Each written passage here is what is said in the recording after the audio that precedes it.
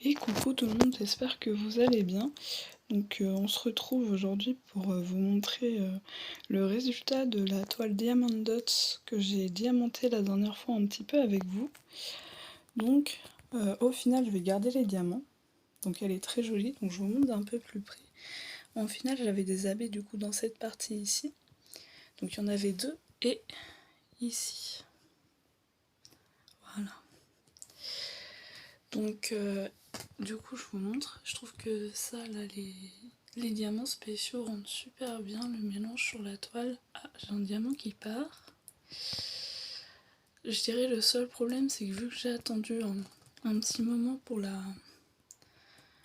faire, ou là j'arrive pas à la remettre, je la remettrai après. Vu que j'ai attendu un petit moment pour la faire, bah la colle forcément elle s'est un petit peu abîmée. Ça c'est tous mes restes de diamants. Du coup, il en reste pas mal à chaque fois. Voilà, tiens, justement, ceci c'est des abeilles. J'en profite pour vous montrer ce que c'est. Abeilles, ça veut dire aurore boréalis. Et ils ont beaucoup plus de reflets en fait que les diamants classiques. Je vais essayer de vous montrer ça un petit peu mieux. Donc ceux-ci sont des abeilles et ceux-ci c'est des normales. Voilà, les abeilles, on voit qu'ils brillent quand même beaucoup plus et qu'ils ont des reflets un peu plus de toutes les couleurs en fait. C'est très, ça fait un peu holographique.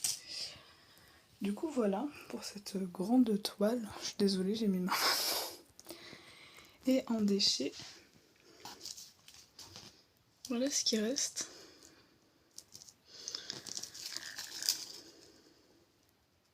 Donc il y avait pas mal de petites poudres, il y avait pas mal de mélange au niveau des diamants, et puis certains, comme vous voyez, il y avait des trous où ils étaient mal taillés. Donc bah voilà, il y a quand même beaucoup de déchets pour le prix de la toile. Ça c'est les sachets plastiques qui étaient dedans, bah c'est pas terrible, hein. Ça se déchire beaucoup. Donc ça c'était pas tip top. Sinon toile très agréable à faire, très jolie, en partiel du coup.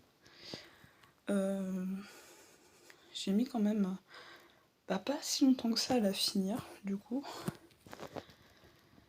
Je la trouve, elle avait du coup 29 couleurs en comptant les strass spéciaux qui sont dans ses cheveux.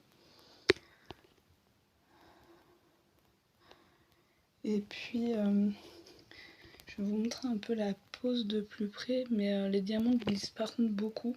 Ça je trouve ça dommage. Alors après je pense que c'est parce que j'ai mis du temps à la faire, donc ça s'est un petit peu abîmé. Mais par contre on voit bien, les diamants ils brillent très bien.